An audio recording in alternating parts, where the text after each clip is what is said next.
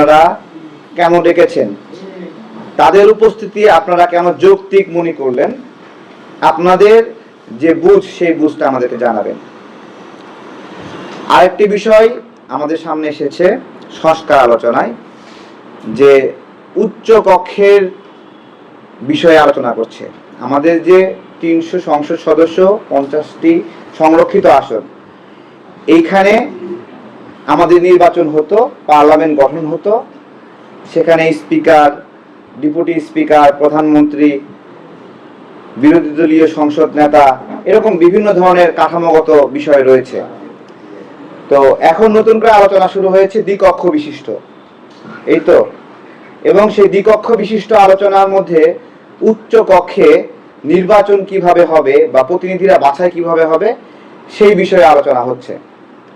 এবং আমরা আমাদের কাছে যে হ্যাঁ না অথবা কোনো মতামত নেই গণভোটের আগে বা নির্বাচনের পরে এই ধরনের অপশন দেওয়া হয়েছে, আমি আপনাদেরকে বলছি ঐকমত্য কমিশনের এই ফর্মেরই আমরা আপত্তি জানিয়েছি শুরুতেই, যে আমরা তো আপনাদেরকে মতামত দেইনি, সিদ্ধান্ত দেইনি যে আমাদের সংসদ এক কক্ষ বিশিষ্ট হবে না দ্বিকক্ষ বিশিষ্ট হবে।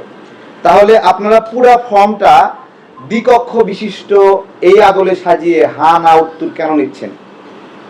এখন তো ডিসিশন হয়নি যে আমরা দ্বিকক্ষ বিশিষ্ট সংসদে যাচ্ছি কি না। সেই ডিসিশন না হতে তারা দ্বিকক্ষ বিশিষ্ট নির্বাচন এবং উচ্চ কক্ষে কিভাবে হবে সেই বিষয়ে মতামত নিচ্ছে। এইটা আমাদের কাছে মনে হচ্ছে যে শুধুমাত্র একটা কালক্ষেপণ এবং আমাদের মধ্যে আলাপ আলোচনা, বিবাদ, মত দ্বিমত এসব বিষয়টা জারি রেখে সময় ক্ষেপণের একটা চেষ্টা বলে আমাদের কাছে মনে হয়েছে। কারণ আমরা কিন্তু কেউ বলি নাই যে দ্বিকক্ষ বিশিষ্ট পার্লামেন্ট চাই আমরা, এই বিষয়ে কোনো সেটেলমেন্ট হয়নি। যে বিষয়ে সেটেলমেন্ট হয়নি সেই বিষয়ে ওনারা নৈবেত্তিক প্রশ্ন দিচ্ছে কেন, আমাদের প্রশ্ন। এবার আসেন যে দ্বিকক্ষ বিশিষ্ট যদি হয়, আমরা দ্বিকক্ষ বিশিষ্ট সংসদের বিষয়ে এখনো মতামত দেই নাই, কিন্তু দ্বিকক্ষ বিশিষ্ট যদি হয়, এখানে এক ধরনের আলাপ আনা হয়েছে যে এইটা সংখ্যানুপাতিক ভাবে হবে নাকি নির্বাচনের মাধ্যমে হবে। এই তো আমরা বরাবরই সংখ্যানুপাতিক পদ্ধতির যে নির্বাচন সেই নির্বাচনে আপত্তি জানিয়েছি। কেন জানিয়েছি তার ব্যাখ্যা আমাদের কাছে আছে।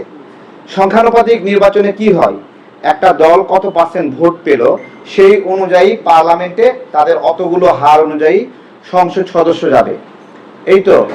তাহলে সেই সংসদ সদস্যরা যে যাবে এইটা আগে তাদের সেই ভোট অর্জন করতে হবে। যেমন আমি বলছি যে কোনো একটা দল, নাম আরব বাংলা পার্টি, আমি বললাম আর কি, অথবা অন্য একটা পার্টি, সেই পার্টি 20% ভোট পেয়েছে। তো 20% ভোট অনুযায়ী যদি তাদের যদি 40 জন সংসদ সদস্য সংসদে যায় বা 45 জন যায়, তাহলে যাবে কিভাবে?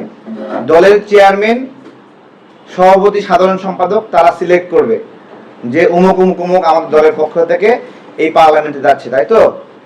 এইখানে মারাত্মকভাবে আমাদের আপত্তি রয়েছে।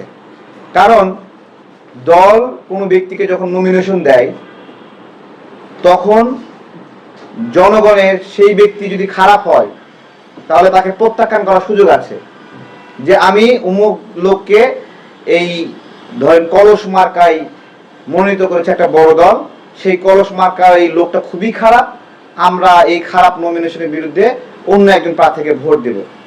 তাহলে সংখ্যানুপাতিক নির্বাচনের ক্ষেত্রে এই ধরনের সুযোগ নাই।